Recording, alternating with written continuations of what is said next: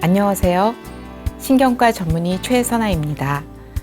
오늘은 우리 어르신 여러분들께서 궁금해하시는 건망증과 치매에 대해서 자세히 알아보고자 합니다.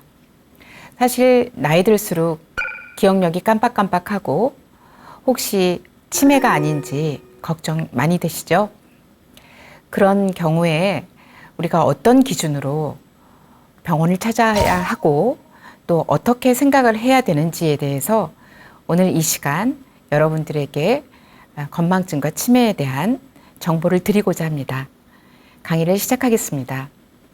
건망증과 치매는 사실은 많은 사람들이 나이가 들수록 단어를 잘 생각이 안 나고 말을 할 때 자꾸 저거 이것저것 이렇게 대명사를 쓰면서 본인이 하려고 했던 단어가 잘 생각이 안 나서 걱정을 하고 불안해하는 경우를 진료실에서 많이 관찰하였습니다. 우리 어르신 여러분들께서는 치매에 대해서도 굉장한 불안감을 많이 갖고 계시는 걸 봤었고요. 그렇다면 우리가 치매란 어떤 것이고 또 어떻게 예방을 할 수 있는지에 대해서 좀 자세히 알아보겠습니다. 치매는 정상 인지 상태인 환자가 후천적으로 여러 가지 원인에 의해서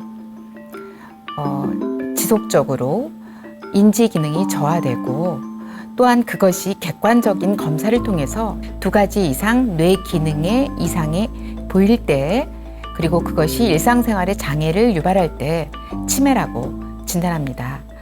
사실 여기까지 들으면 좀 어렵게 느껴지시죠? 다시 말해서 기억 저하가 있고 내가 좀 예전 같지 않은데 그게 내 일상생활을 좀 방해하고 내가 좀 불편해졌다. 그렇다면 이게 치매일 확률이 좀 높아진다는 얘기입니다. 그러나 그런 느낌만으로 치매를 진단하는 것이 아니고요.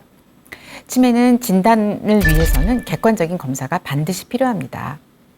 2019년 건강보험심사평가원에 의하면 65세 이상의 환자들 중에 치매는 70세까지는 8%, 70세에서 79세까지는 33%, 80세에서 84세까지는 24%, 85세 이상에서는 26%를 보이는 굉장히 드물지 않고 흔히 관찰할 수 있는 질병이라고 통계 결과가 나와 있습니다.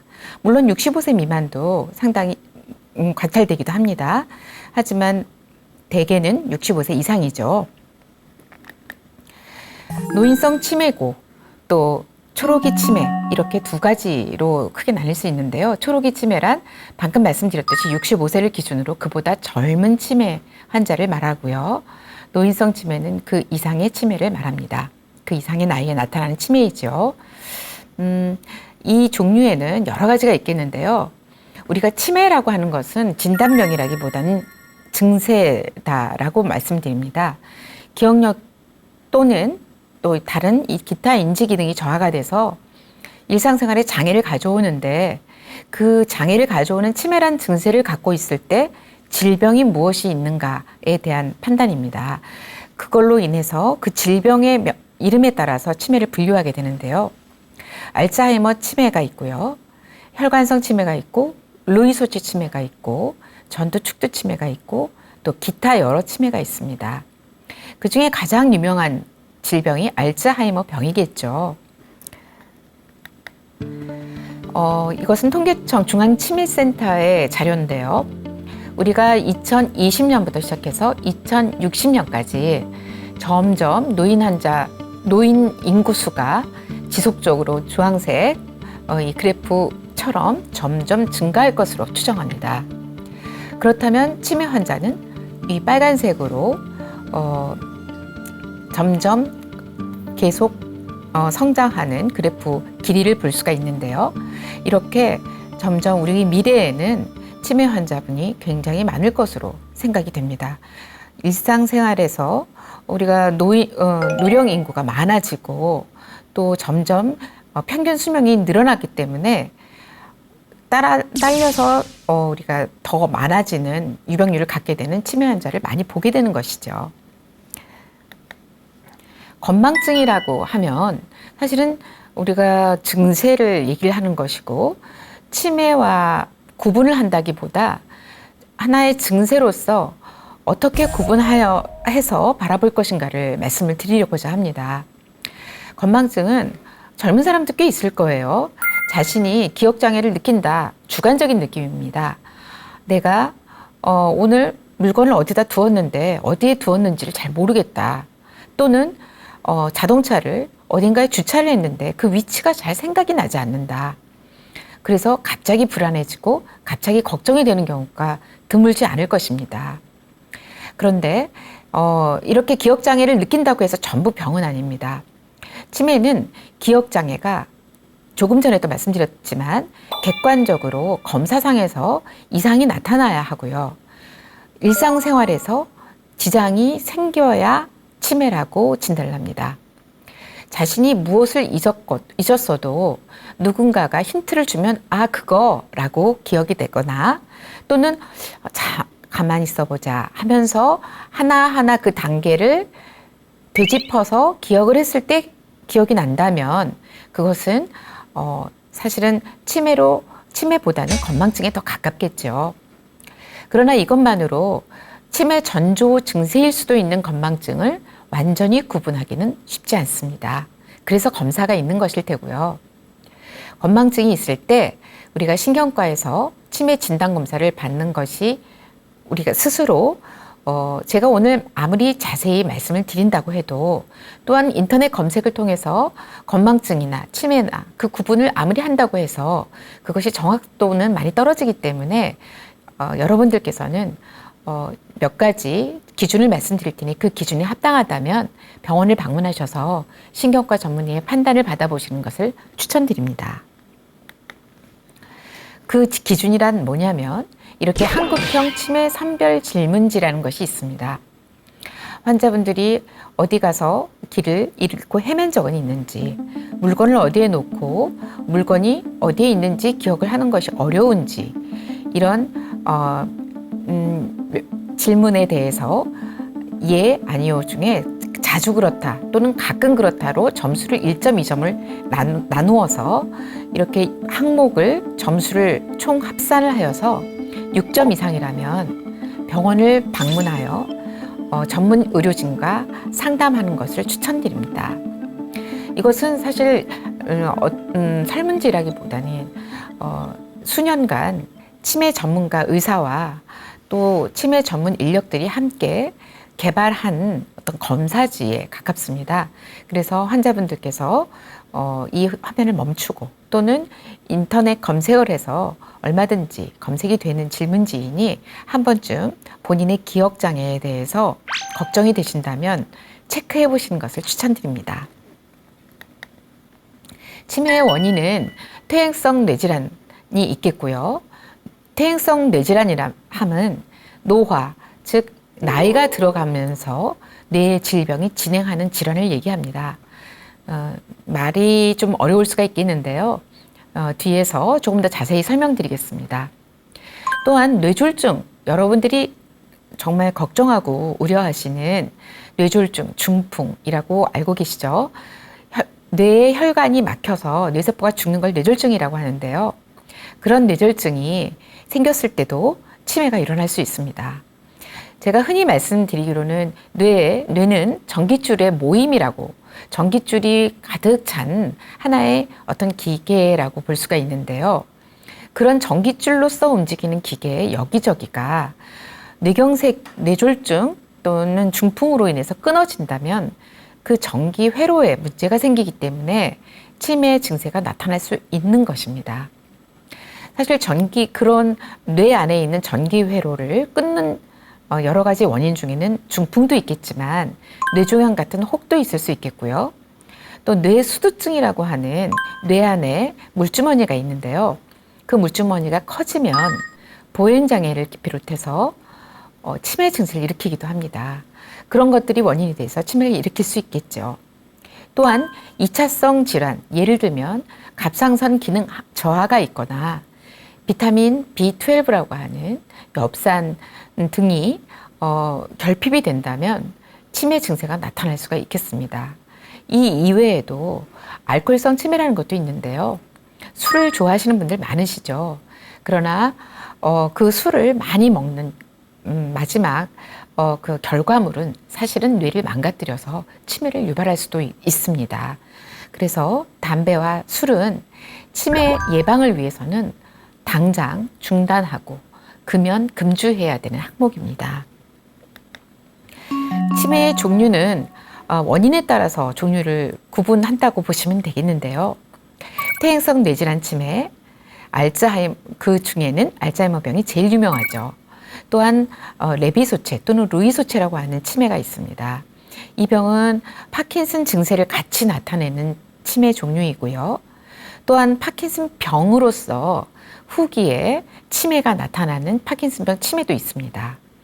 또는 알츠하이머 병보다 조금 더 젊은 나이에 시작되면서 조금 공격적이거나 어떤 충동적인 증세가 좀 더 우세하게 나타나는 전두축도 치매라는 것도 있습니다. 그리고 조금 전에 말씀드렸던 뇌졸중, 중풍이라고 하는 것, 혈관이 막혀서 뇌세포가 죽는 것을 뇌졸중 또는 중풍이라고 하는데요. 그 뇌졸중과 중풍이 동반돼서 반신마비를 일으키고 언어장애를 일으키고 그런 것들이 문제가 돼서 치매가 일어나는 혈관성 치매가 있을 수 있겠습니다. 또한 알코올성 치매가 있어서 알코올이 뇌 자체를 망가뜨릴 수도 있고요. 또한 2차성 치매로는 뇌염이나 뇌종양 같은 것들이 있고 그 이후에 후유증으로서 치매가 나타나기도 합니다. 기타 대사성 질환이라는 것도 치매의 원인을 제공할 수가 있는데요. 전신질환입니다. 예를 들면은 당뇨 환자가 저혈당증에 빠졌다. 그러면 그 자체로서 치매 증상을 일으킬 수가 있고요. 또한 갑상선 호르몬 이상이나 또한 신장 기능이 말기 신부전이 있다든지 이런 신기능 이상으로 인해서 또는 간 기능 이상으로 인해서 이상 독성 물질이 뇌 안에 쌓이게 되면 치매 증세를 유발할 수 있습니다. 그런 것들도 모두 치매의 한 종류라고 볼 수 있겠습니다. 우리가 알츠하이머 병이 가장 유명하다고 말씀드렸는데요. 이름이 좀 어렵죠. 알츠하이머라고 하는 것은 독일인 정신과 의사의 이름입니다. 독일인 정신과 의사인 알츠하이머 의사가 처음 보고를 하였고 발견을 하였기 때문에 정리하였기 때문에 알츠하이머 병이라는 병명이 붙은 것인데요. 환자가 죽게 되면 우리가 부검을 해서 뇌를 꺼내게 돼서 단면을 잘라보게 되면 이와 같이 위에 있는 알츠하이머 병처럼 이런 단면을 보이게 됩니다. 정상인 밑에 부분과 비교를 하신다면 알츠하이머 병에서는 뇌 안에 구멍이 숭숭 뚫려 있듯이 빈 공간, 즉 까만색 공간을 많이 보게 되는 것을 볼 수 있습니다. 정상인 뇌에서는 이와 같이 기존에 있는 뇌실이라고 하는 물이 돌아다니는 공간이 이렇게 적절한 크기를 유지하고 있지만 알츠하이머 병에서는 이렇게 좀 더 커지는 이유가 뇌가 위축되고 수축되기 때문입니다. 그래서 알츠하이머 병과 정상인과는 이렇게 병리 소견이 다를 수가 있겠습니다. 알츠하이머 병 치매란 일반적으로 임상 소견은 기억력 저하로 시작됩니다. 치매가 생기기 전에 무증상 상태도 있습니다. 실제로 알츠하이머 병이라 함은 뒤에서 또 설명을 드리겠지만 무증상부터 수십 년 전부터 조금씩 진행한다고 되어 있습니다. 무증상으로 시작했다가 주관적인 기억장애를 나타냅니다. 아까 제가 잠깐 건망증과 치매를 구분해서 말씀드리면서 치매의 전조 증상일 수 있는 건망증을 이런 강의만으로는 구분하기가 쉽지 않다라고 말씀을 드린 적이 있습니다. 바로 그 얘기가 이 주관적 기억장애 때문인데요. 주관적 기억장애는 검사를 해도 나오지 않습니다. 하지만 주관적 기억장애 말 그대로 나는 기억장애를 느낀다는 것입니다. 그런데 그것이 단순한 건망증일 때가 있고 알츠하이머 병의 하나의 전조 증세일 때가 있다는 것이죠. 그래서 참 알츠하이머 병은 어렵습니다. 이런 과정을 거쳐서 경도인지장애라고 하는 단계로 넘어가게 됩니다. 경도인지장애는 객관적인 검사에서도 이상이 나타나는 경우를 말합니다. 다만 아직 치매로 되기 전 단계이기 때문에 일상생활의 장애는 분명하지 않는 것이죠. 그리고 결국 일상생활의 장애를 나타나게 되는 치매로 이렇게 진행할 수가 있습니다. 알츠하이머 병은 이런 과정을 거쳐서 진행을 하는데요. 알츠하이머 병 치매라 함은 바로 이 마지막 단계의 치매만을 얘기하는 것이겠죠. 하지만 이 전 단계에서도 우리는 알츠하이머 병이라는 구분을 지을 수 있습니다. 치매로 진단되기 위해서는 1차적으로는 인지검사를 하셔야 합니다. 인지검사는 기억력을 포함해서 집중력, 시, 공간, 지각 능력, 전두엽 수행 능력, 언어 능력 등을 2시간 정도의 아주 긴 시간 동안 여러 가지 검사를 검사자와 함께 1대1로 검사를 진행하는 신경인지 검사로서 치매를 진단하게 되겠습니다. 그게 가장 뼈대가 되는 검사입니다. 핵심이죠. 그래서 이런 것을 통해서 주관적인 기억장애뿐 아니라 객관적으로 환자가 얼마나 떨어져 있는지를 증명하는 것입니다.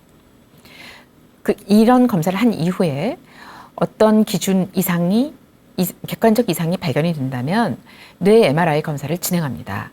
뇌 MRI 검사는 방금 말씀드린 뇌졸중, 또 뇌종양, 뇌수두증 또는 알츠하이머 병에서 먼저 위축된다고 알려진 해마의 크기를 보기 위해 필요합니다.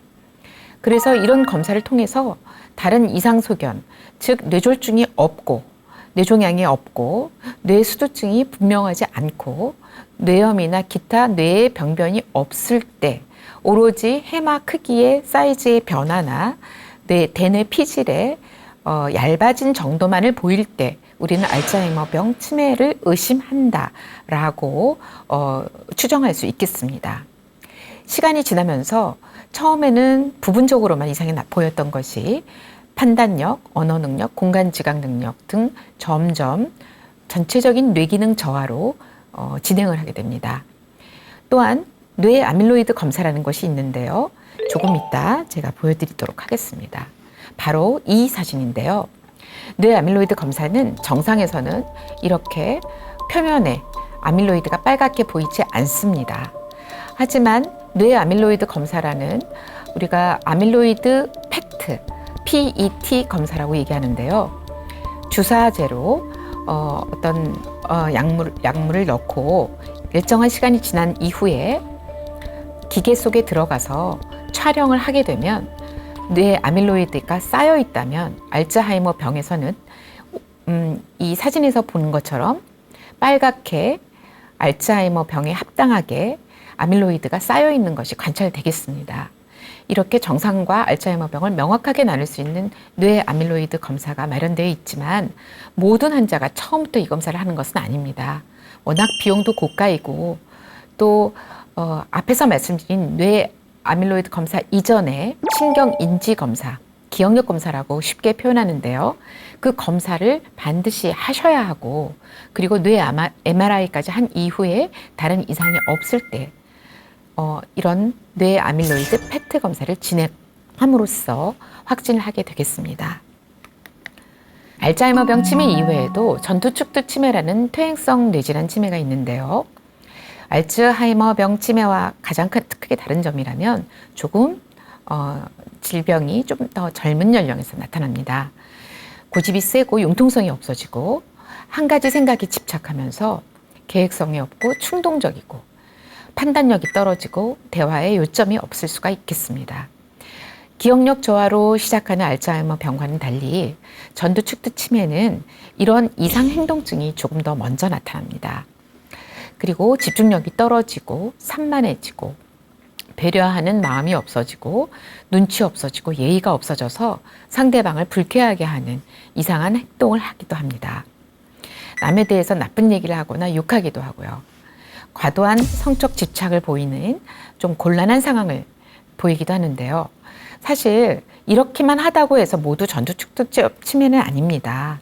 이런 치매가 의심됐을 경우에 신경과 전문의의 진찰과 또한 아까 말씀드린 신경인지검사에서 객관적인 이상이 나타나야 하고요. 뇌 아밀로이드 검사나 또는 기타 다른 검사에서 이상이 없으면서 뇌 MRI에서 전두 축두 옆쪽에 위축 현상이 발견되는 경우에 모든 검사를 취합해서 전두 축두 치매라고 진단할 수 있겠습니다. 혈관성 치매는 또 다른 치매의 종류인데요. 아까 말씀드렸듯이 뇌경색 위험인자, 즉 뇌경색이 있어야 생기는 치매입니다. 뇌경색이라 하면 뇌혈관이 막혀서 뇌졸중, 중풍이 오는 것을 뇌경색이라고 하는데요. 고혈압이나 당뇨, 고지혈증, 부정맥 이런 것들이 있을 때 뇌경색이 잘 생깁니다. 이런 것들이 생기는지 그 위험 요인을 갖고 있는 경우가 많고요. 또한 뇌경색 후유증으로 생길 수가 있기 때문에 뇌경색 후유증이라 하면 흔히 가장 흔하게 잘 알고 계신 것은 반신마비일 것입니다.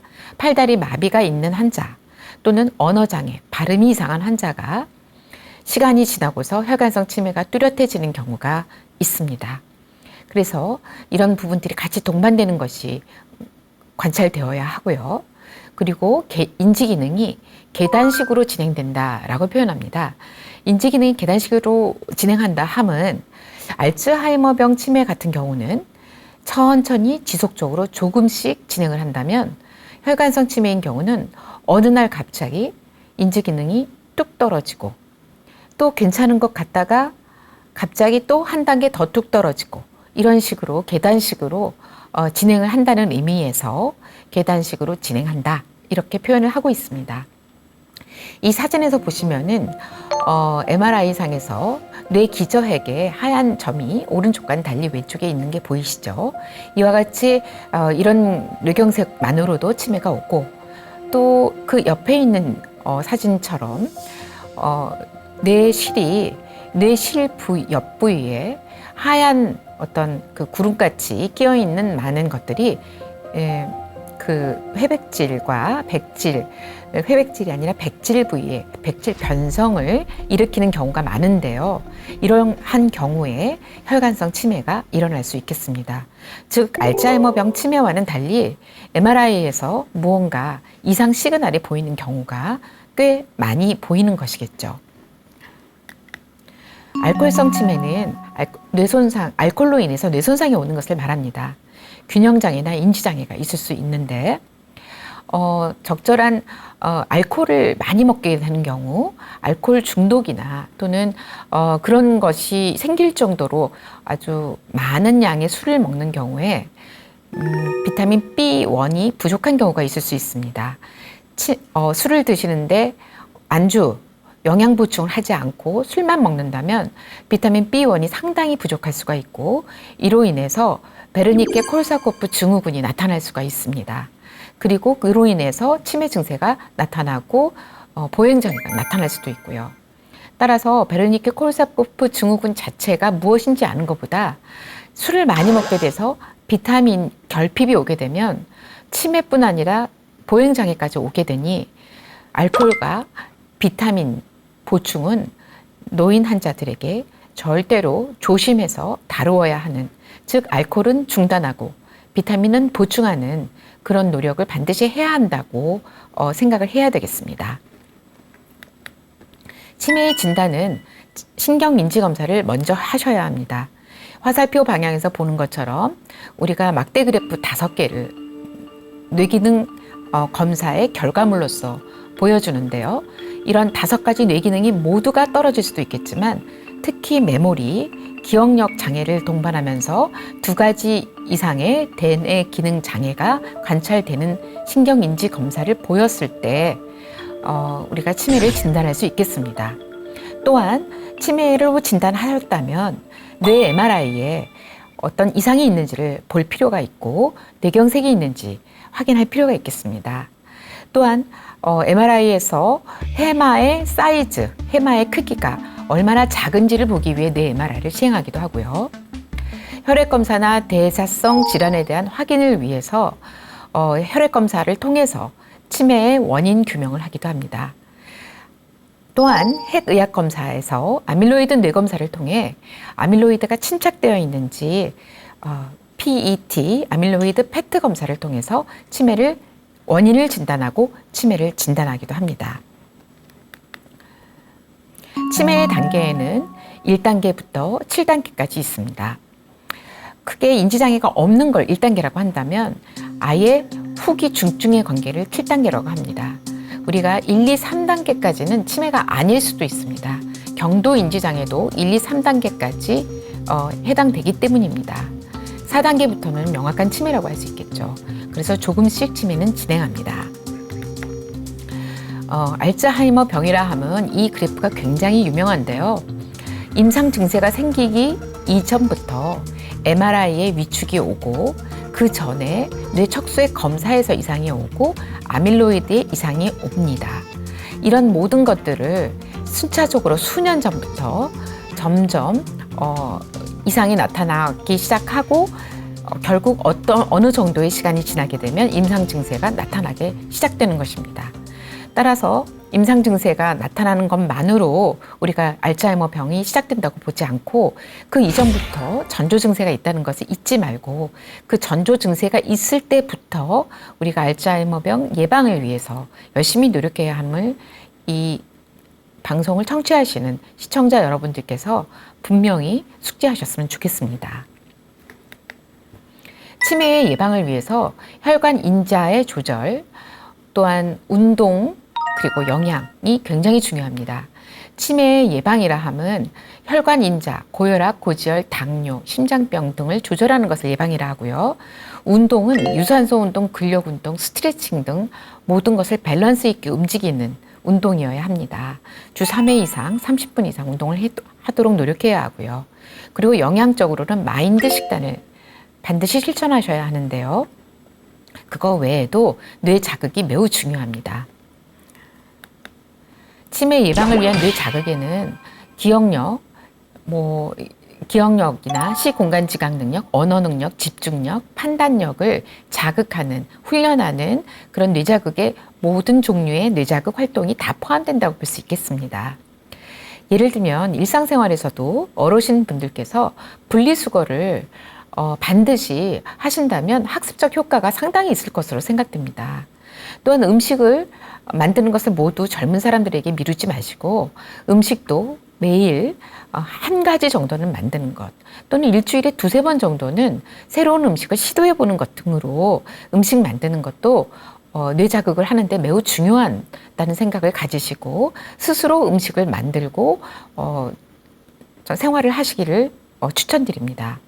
또한 집 수리까지는 아니더라도 전구를 간다든지 집 안에 어떤 페인트질을 한다든지 등의 집에 대한 여러 가지 조절을 위한 부분에 있어서 우리 어르신들께서도 부분적으로 할 수 있는 부분이 있다면 그 역할을 담당하는 것이 치매 예방을 위한 뇌자극이 될 것 같습니다.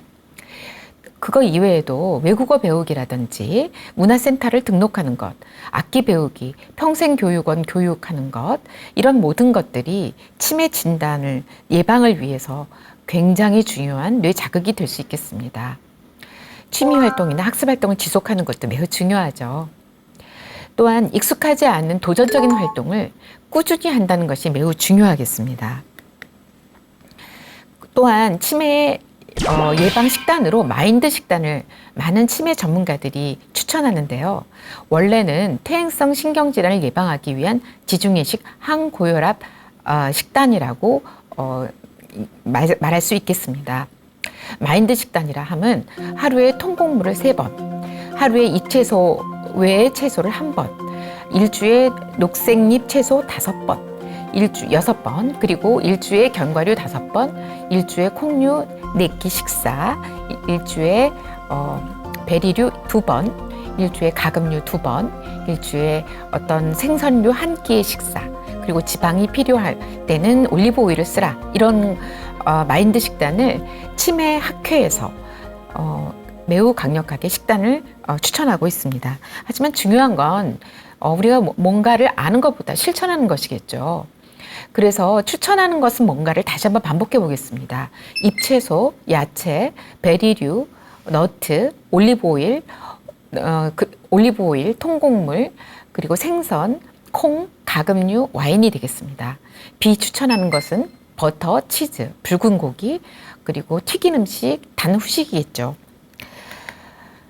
하지만 이 말을 듣고도 외우기가 쉽지가 않으실 것입니다. 그래서 저는 진료실에서 환자들에게 하루에 7접시 분량의 야채를 꼭 먹으면서 그 야채 안에 콩, 베리류를 꼭 포함하고 탄수화물을 섭취는 통곡물로 하라, 이렇게 표현을 합니다. 우리가 머리로 아는 것보다 중요한 건 실천입니다. 매 끼마다 한식은 사실은 나물 같은 것으로 야채를 많이 먹을 수 있기 때문에 매 끼마다 3종류 이상의 야채를 드시는 것을 한 접시 이상 먹는다 생각한다면 우리가 하루에 7접시 이상 야채를 먹는 것, 그렇게 어렵지 않을 것으로 생각됩니다. 또한 단백질 보충도 잘 하셔야 해요. 운동을 하기 위해서는 근육이 든든하고 단단해야 되기 때문입니다. 그러기 위해서는 닭고기, 생선, 오리고기 등으로 주 3회 이상 드셔야 하고요. 붉은 고기는 주 1회 이하로 줄여야 합니다. 하루에 한 주먹의 견과류는 매일 습관적으로 드시는 것이 좋습니다.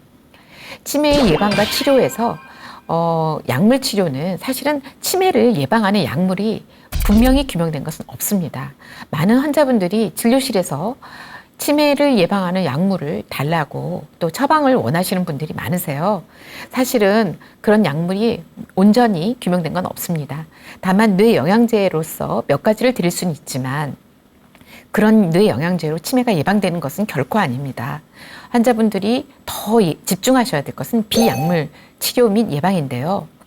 인지중재 치료라는 것이 요새 많이 도입되어서 환자들에게 뇌 훈련과 운동과 영양을 교육하고 실천하도록 저희가 또한 혈관 인자 조절을 위해서 교육하고 훈련시켜 드리고 있습니다. 1대1로 전문 치료사가 관리를 하는 것인데요. 치료사 선생님께서 3분의 1은 인지 훈련, 즉 뇌자극을 위한 게임 훈련 같은 것을 하고요. 3분의 1은 운동 치료라 해서 동영상으로 훈련을 하기도 하고요. 또한 영양교육이라 해서 훈련을 통해서 교육 강의를 통해서 영양을 어떻게 먹어야 되는지 환자와 보호자와 의료진이 한 팀이 돼서 영양에 대한 실천을 하는 것을 추천하고 있습니다. 사실은 이런 인지중재 치료는 뇌 자극을 위해서 학습지로서도 할 수 있지만 최근에 신의료 기술로 개발된 슈퍼브레인이라는 프로그램을 통해서 태블릿 PC를 통해서 환자에게 뇌 자극을 할 수 있고 뇌 자극과 운동을 실천시키고 영양 프로그램을 실천시키면서 환자분에게 치매 예방을 위해서 열심히 노력하는 어떤 인지중재 치료를 도입해 볼 수 있겠습니다. 사실은 저희 병원에서 인지중재 치료를 통해서 많은 환자들이 훈련받고 계시고요. 그 훈련을 통해서 기억력이 좋아졌다는 분들도 드물지 않게 만날 수 있습니다. 예전에 약물 치료만 했을 때는 우리 환자들이 기억력이 좋아졌다는 얘기를 하기가 쉽지 않았습니다. 사실은 약물은 기억력을 주는 그런 치료가 아니기 때문인데요. 그렇다면 기억력을 살리고 현재 무너진 인지 기능을 좋아지게 하려면은 어떻게 해야 하느냐의 질문에 그 답이 바로 인지중재 치료라고 볼 수 있겠습니다. 실제로 의사가 하는 일보다는 환자와 보호자가 열심히 임해야 되는 부분이 훨씬 많습니다. 그런 부분들을 치료하고 훈련하고 또 습관이 되도록 독려하고 반복하는 프로그램이죠. 예를 들면 우리가 환자의 예를 들어보겠습니다. 가끔 건망증이 있어 알츠하이머병 치매가 걱정되는 70대 여자 환자가 있습니다. 70대 여자 환자인데 1년 전부터 말할 때 단어가 잘 생각이 나지 않고 실수가 많고 대화할 때 이해가 떨어졌습니다. 그래서 보호자분들이 모시고 오셨는데요. 정리를 잘 하지 못하고 물건이 어디에 있는지 잘 구분이 안 가고 특히 전자레인지나 세탁기 같은 그런 전자제품을 다루는 걸 굉장히 어려워하셨습니다. 같은 말도 반복하고 약속을 하고서도 잊을 때가 많고요. 그리고 본인이 잘 기억이 안 나니 화도 쉽게 내고 불안해하기도 하죠.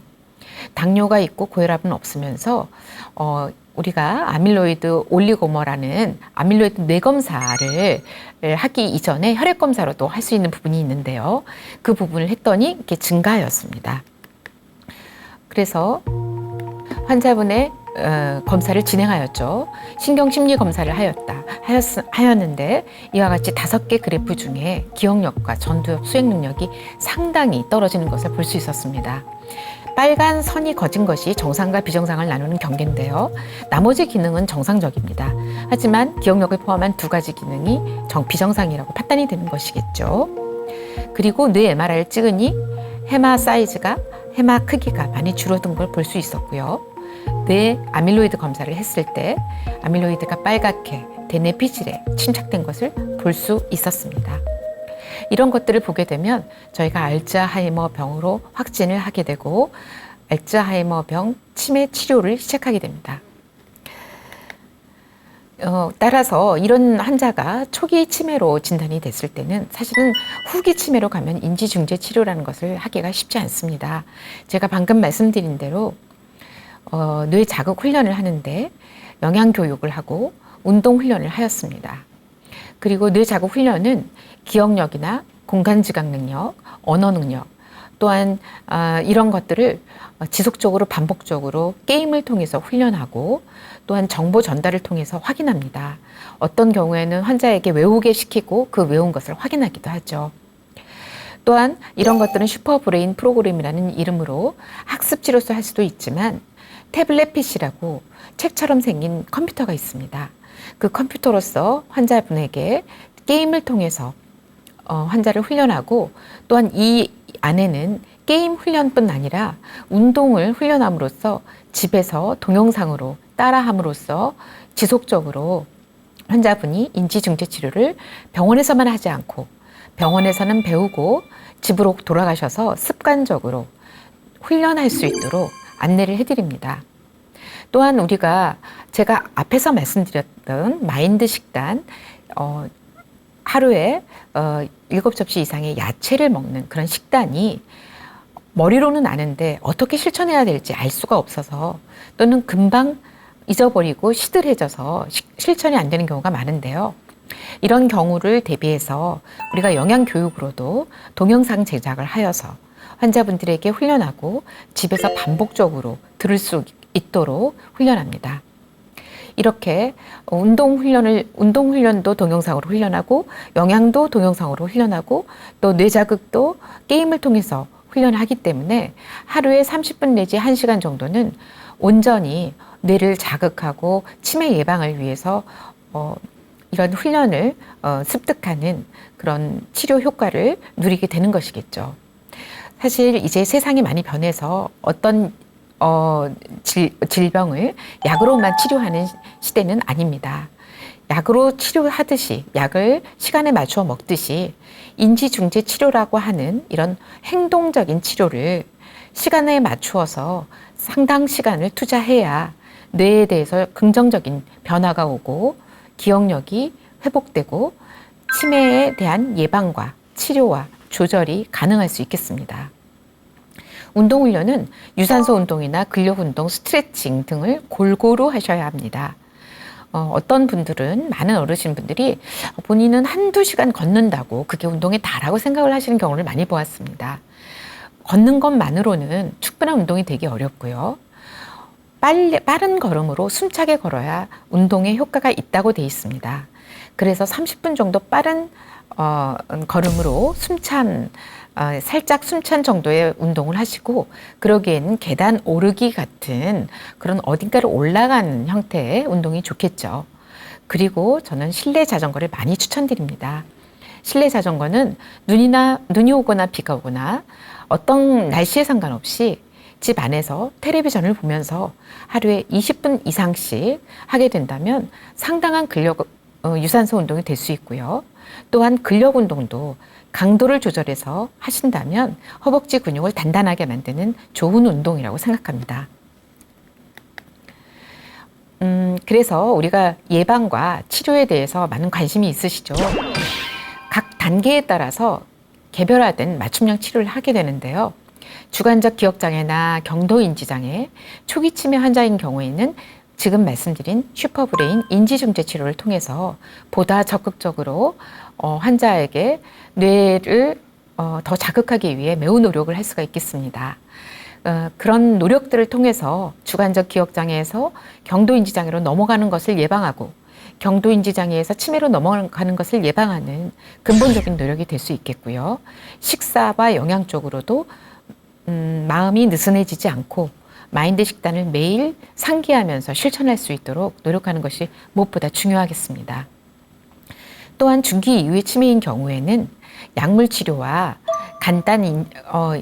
방금 말씀드린 슈퍼브레인 치료를 적극적으로 모든 걸 다 할 수는 없지만 간단 인지 중재 치료로서 또는 이제 보행에도 문제가 있는 경우가 생기기 때문에 방금 말씀드린 실내 자전거 및 사례가 걸리지 않도록 영양 교육을 시키고 음악 치료라든지 미술 치료라든지 회상 치료라든지 해서 사진으로 그 옛날의 기억을 되살리며 즐겁고 행복한 기억을 되살리면서 뇌에 긍정적 효과를 주도록 노력할 수 있을 것 같습니다. 제가 환자분들에게 설명을 드릴 때요. 치매 환자분들도 하나의 인격체 또는 인간이기 때문에 기분 좋고 행복하면 그만큼 병이 덜 진행된다고 말씀드립니다. 이미 진단을 받으셨어도 이런 끊임없는 노력을 통해서 진행을 억제하거나 지연시킬 수 있고요. 치매 예방을 위해서라면 무엇보다 더 이런 노력을 더 열심히 더 자주 하셔야 될 것으로 생각합니다. 제가 슈퍼브레인 인지중재 치료하는 모습을 신문사에 인용을 좀 하려고 하는데요. 이런 태블릿 PC를 통해서 환자분에게 치료하고 훈련시켜 드립니다. 매일 약을 먹듯이 같은 시간에 컴퓨터를 켜고 30분에서 1시간 정도를 매일 하신다면 환자분들에게 뇌자극과 영양교육과 운동이 제대로 실천이 되고 매우 중요할 것으로 생각이 듭니다. 주관적 기억장애를 갖고 있거나 경도인지장애나 초기 치매 환자까지는 적극적으로 이러한 치료를 할 수 있겠습니다. 치매 예방을 위해 우리가 노력해야 될 점은요. 고혈압, 고지혈, 당뇨가 있느냐에서 그것이 있다면 약물 치료 및 운동을 통해서 또 영양을 통해서 철저히 조절을 하셔야 합니다. 또한 담배나 술은 당장 끊으셔야 되고요. 주 3회 이상 30분 이상 유산소 운동 및 스트레칭과 근력 운동을 하셔야 하고 또한 마인드 식단을 반드시 실천하셔야 됩니다. 야채 위주로, 고기는 닭고기와 생선 위주로, 기름은 올리브유로 하는 것을 잊지 않고 매일매일 실천하셔야 합니다. 또한 견과류와 콩류는 마인드 식단에서 매우 중요하게 추천하는 식단입니다. 콩류는 여러 가지 항산화제가 많이 포함되어 있기 때문에 다른 질병도 많이 예방할 수 있어서 견과류는 늘 텔레비전 앞에 넣고 스낵처럼 과자처럼 늘 입에다 넣을 수 있도록 준비를 해 놓으시고요. 콩 종류의 두부나 두유나 콩류는 늘 식단에서 빠지지 않도록 챙기는 것이 중요할 것 같습니다. 치매 예방을 위해 해야 될 것 중에 뇌자극을 끊임없이 실천하셔야 되는데 방금 말씀드린 유익한 시간을 위해서 제가 아직 주관적 기억장애에 해당되는 정도의 건망증을 갖고 계시다면 외국어 배우기라든지 취미생활을 열심히 함으로써 뇌자극을 할 수 있겠고요. 또한 문화센터에 등록하는 것도 도움이 되겠죠. 그리고 초기 치매나 경도인지장애라면 방금 말씀드린 슈퍼브레인 같은 인지중재 치료를 통해서 여러분들에게 뇌를 자극하고 영양을 보충하고 운동을 열심히 하는 실천을 할 수 있겠습니다. 이런 것들은 지속적으로 하는 것이 무엇보다 중요합니다. 치매 예방을 위해 하지 말아야 될 것들이 있습니다. 낮에 무기력하게 텔레비전을 보는 것, 낮잠을 30분 이상 자는 것, 자는 시간을 일정하게 하지 않는 것, 불규칙하게 식사하고 달콤한 후식이나 간식을, 과자를 많이 먹는 것, 또 우울하게 생활하는 것, 분노, 스트레스, 걱정, 근심으로 가득 차는 것은 하지 말아야 될 행동입니다. 우리가 흔히 외우기 좋게 진인사 대천명이라는 표현을 쓰기도 하는데요. 삼국지에 나온 인간이 해야 될 일을 하고 그 결과는 하늘에 맡긴다는 뜻인데 진인사에서 진은 진땀나게 운동을 해라. 이는 인정사정 없이 담배를 끊어라. 사는 사회생활을 열심히 하자. 또는 대화를 많이 하고 대인관계를 갖는 것이고요. 외롭게 지내는 건 정말 금물입니다. 천은 천박하게 술을 많이 마시지 말자. 아까 알코올성 치매 때도 제가 말씀드렸습니다. 그리고 명이 긴 식사, 바로 마인드 식단이겠죠. 그 식단을 열심히 하시길 바랍니다. 오늘 긴 시간 경청해 주셔서 감사합니다. 치매 예방에 많은 도움이 되셨으면 좋겠습니다. 감사합니다.